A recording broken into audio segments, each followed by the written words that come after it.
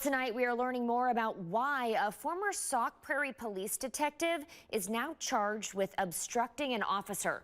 This charge comes 7 months after the detective's personal car was involved in a hit-and-run crash. NBC 15's Shayna Najawan has that criminal complaint. And Shayna, former detective Joel Ludowitz reported his own car stolen. And then hours later, he called police back to call off the search. He said he had found his car while on duty.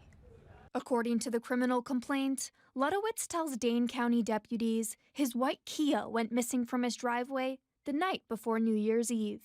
Hours later, Ludowitz is on scene, where his car is crashed into Prairie de Sauk. It was determined the car hit a curb, bridge rail, a sign, and a tree before landing below this intersection. It's through dash camera video. Police claim they see Ludowitz wiping what appeared to be blood from the outside of his car at the active scene. The big questions still remain unanswered. Who was driving Ludowitz's car that night, and why did he resign just 2 weeks after the hit and run? We know Ludowitz's resignation happened during an internal investigation of this particular incident.